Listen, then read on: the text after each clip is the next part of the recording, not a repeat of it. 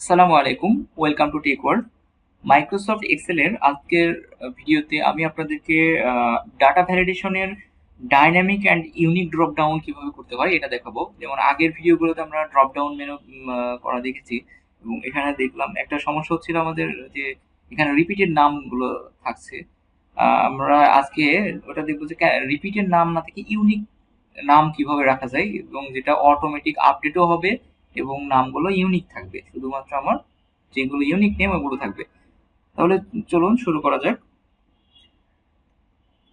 তো এইটা আহ, শুরু করতে হলে আমি ফার্স্টে যেটা করতে পারি, আমি রেজাল্ট আমি এখানেই নিব। ধরেন এখানে আমার যেহেতু এখন একটা ড্রপ ডাউন মেনু করা আছে, বাট এখানে আমার অনেকগুলো নাম আছে। এই নামগুলো আমি না রেখে এখন ইউনিক করতে যাচ্ছি। তো এইটার জন্য আপনাকে ফার্স্টে যেটা করতে হবে, ফার্স্টে আমার তো একটা টেবিল আছে। এখন আমি যেই প্রোডাক্টটা নিয়ে কাজ করতে যাচ্ছি এই প্রোডাক্টের একটা নাম দিয়ে দেব। তো আমরা আগের ভিডিওতে দেখছিলাম যে এটা আমরা একটা নাম দিয়ে রাখছি অলরেডি।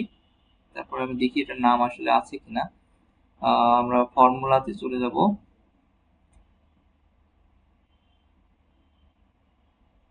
Name manager. নেম ম্যানেজারের মধ্যে আমরা এখন এখানে দেখতে পাচ্ছি অনেকগুলো নাম। একটা হচ্ছে প্রোডাক্ট নেম টেবিল টু টিপি। আচ্ছা, আমাদের যে প্রোডাক্ট, যেটা প্রোডাক্টের মধ্যে কিন্তু এই নামগুলো আছে, যেমন এই যে ল্যাপটপ, কম্পিউটার, এগুলো দেখাচ্ছে। হ্যাঁ, টেবিল নাম্বার টু, প্রোডাক্ট, তার মানে আমার এটার নাম দেওয়া আছে অলরেডি।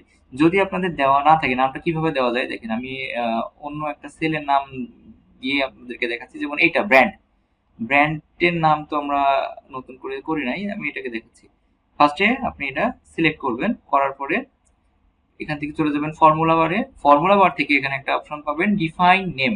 ডিফাইন নেমে ক্লিক করে আপনি এখানে নেম দিয়ে দিবেন। যেমন আমার এখানে একটা নাম চলে আসছে ব্র্যান্ড, আমি এটার নাম ব্র্যান্ডই রাখলাম। আর reference to table, table reference তো ওকে আছে, বাট আমি এখন এখান থেকে ওকে দিয়ে দিলাম। বাস, আমার এটার নাম ডিফাইন করা হয়ে গেল।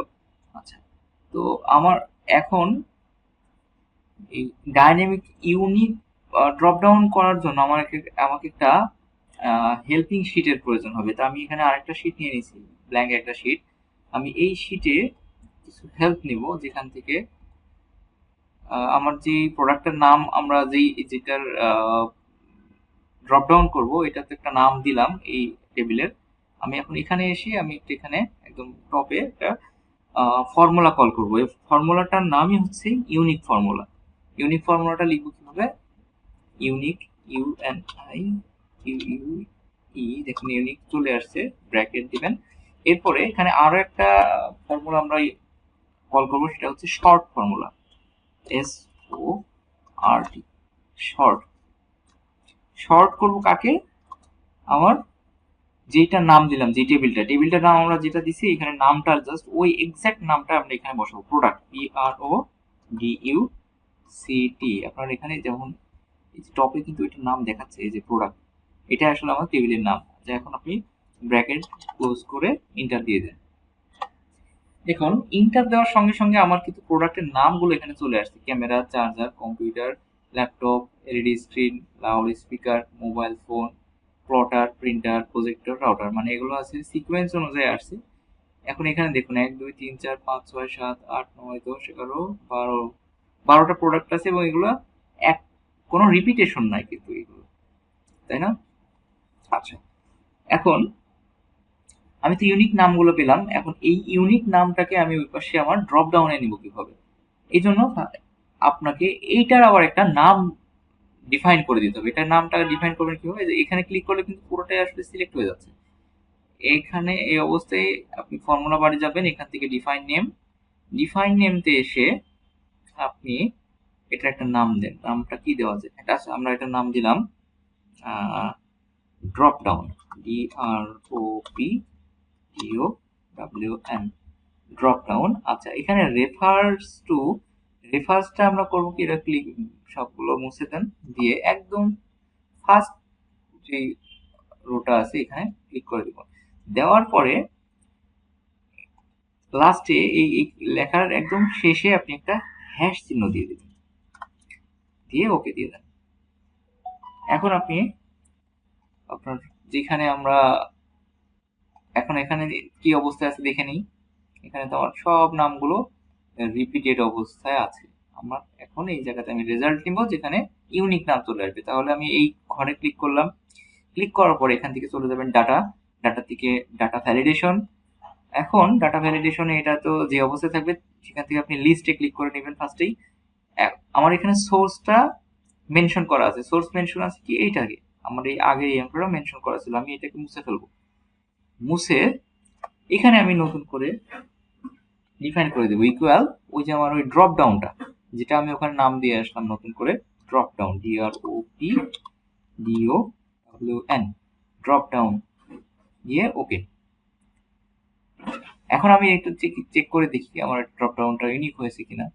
দেখুন, camera, charger, computer, laptop, LED screen, loud speaker, mobile phone,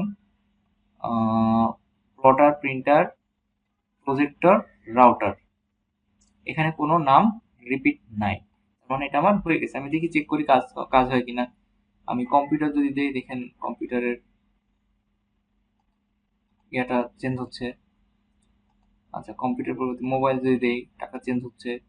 মানে আমার এটা কাজ হচ্ছে। আচ্ছা, ফোন, ফোনে জিরো, কারণ ফোনে আমার এখানে কোনো টাকা নাই। আচ্ছা, এখন আমি দেখি যে এই দুইটাকে যদি আমি ডিলিট করে দিই, এই দুইটাকে, ফোন এবং চার্জার, এখানে যদি ডিলিট করে দিই এই দুইটাকে আমি, আমার ওইখানে কোনো চেঞ্জ আসে কিনা দেখা যাক। দেখুন এখানে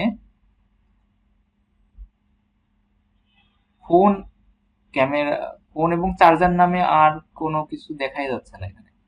ফোন এবং চার্জার দুইটা চলে গেছে, তার মানে এটা আমার অটো আপডেট হচ্ছে। আচ্ছা, আমি আরেকটা জিনিস এখানে করে দেখি, নতুন একটা নাম অ্যাড করি যেটা আমার এর মধ্যে নাই। ঠিক আছে, যেমন এখানে 17 নম্বরে ক্যামেরা আছে, ক্যামেরার পরিবর্তে আমি এখানে লিখলাম টিভি, যেটা আমার লিস্টে আগে ছিল না।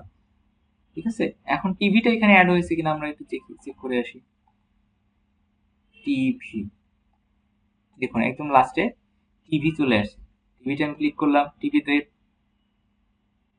3,50,000, দেখি 17 টিভি 3,50,000, তার মানে আমার এটা এখন কাজ করছে। তো এভাবে আপনি ডাইনামিক এবং ইউনিক ড্রপ ডাউন করতে পারেন। তবে অবশ্যই এই ফিচারটি আপনার আপডেট মাইক্রোসফট অফিসে ছাড়া আসলে আপনি কাজ করতে পারবেন না, এই ইউনিক ফর্মুলাটা, ইউনিক এবং যে শর্টের যে ফর্মুলাটা করলাম। তো যেহেতু আমার এটা কি রানিং আছে 2024 সাল, আমরা যদি এখনো ব্যাকডেটে পড়ে থাকি তাহলে তো আসলে হবে না, আমাদেরকে একটু আপডেট হতে হবে। কারণ এই সফটওয়্যারগুলো একের পর এক একের পর এক আসলে আমাদের জন্য আপডেট নিয়ে আসে। এই আপডেটগুলো আমাদের আহ, আমাদের উপকারের জন্য, আমরা যাতে ইজিলি কাজ করতে পারি এই জন্য আসলে করা হয়। তো সবসময় চেষ্টা করবেন আপডেট থাকার জন্য। এগুলো আসলে অ্যাভেলেবল, আপনি অনলাইনে যান, ফ্রি ভার্সন পাবেন, আপনার কেনাও লাগবে না। হ্যাঁ, ফ্রি, আপনি এখান থেকে অনলাইন থেকে ডাউনলোড করে আপনি এগুলো ইউজ করতে পারবেন। অথবা আপনি যদি জেনুইনটা কিনতে চান, খুবই অল্প টাকাতেও আপনি কিন্তু কিনে নিতে পারবেন।